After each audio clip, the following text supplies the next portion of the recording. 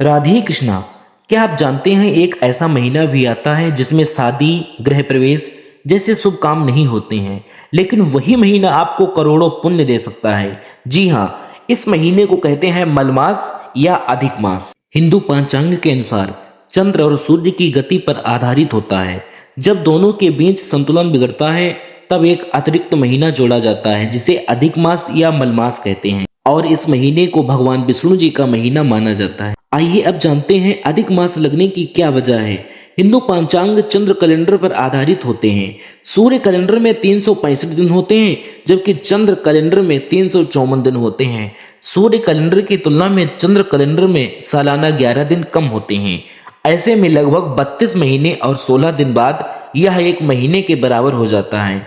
ऐसे में सूर्य और चंद्र कैलेंडर को समान करने के लिए इसमें एक अतिरिक्त महीने को जोड़ दिया जाता है। इसे ही अधिक मास या मलमास या पुरुषोत्तम मास कहा जाता है। आइए अब जानते हैं कि मलमास कब से प्रारंभ है। वैदिक पंचांग के अनुसार साल 2026 में अधिक मास 17 मई दिन रविवार को शुरू होकर वही 15 जून 2026 दिन सोमवार तक चलेगा। इस दौरान किसी भी प्रकार के शुभ और मांगलिक कार्य करने की मनाही होती है। मलमास के दौरान किया गया व्रत, तप, दान और पुण्य अन्य महीनों की तुलना में अधिक फल देता है। आइए अब जानते हैं अधिक मास को क्यों कहा जाता है पुरुषोत्तम मास। नारद पुराण के अनुसार इस महीने में मांगलिक कार्य वर्जित होते हैं, इसीलिए कोई भी देवता मलमास का स्वामी बनने को तैयार नहीं था। इससे दुखी होकर मलमास भगवान विष्णु के पास वैकुंठ में गया। तब भगवान ने दया भाव दिखाते हुए खुद इस महीने के स्वामी बने।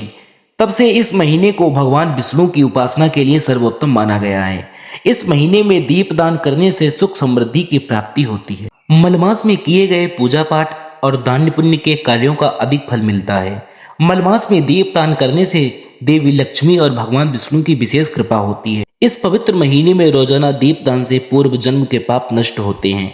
मलमास में भगवत कथा का श्रवण करना अत्यंत पुण्यदायी माना गया है और पवित्र नदियों में स्नान करना शुभ माना गया है। मलमास के महीने में रोज सुबह जल्दी उठें, भगवान विष्णु की पूजा करें, ओम नमो भगवती वासुदेवाय मंत्र का जाप करें, गीता और भागवत कथा पढ़ें, गरीबों को दान करें, तुलसी मैया की पूजा करें और पीले वस्त्र दान करें, ब्राह्मण को भोजन करें। इससे आपके घर में धन वृद्धि, मानसिक शांति, घर में सुख समृद्धि आती है। तो भक्तों, मलमास कोई अशुभ समय नहीं है, यह भगवान को पाने का सबसे अच्छा मौका है। अगर आपने इस महीने को सही तरीके से अपनाया है तो आपकी किस्मत बदल सकती है।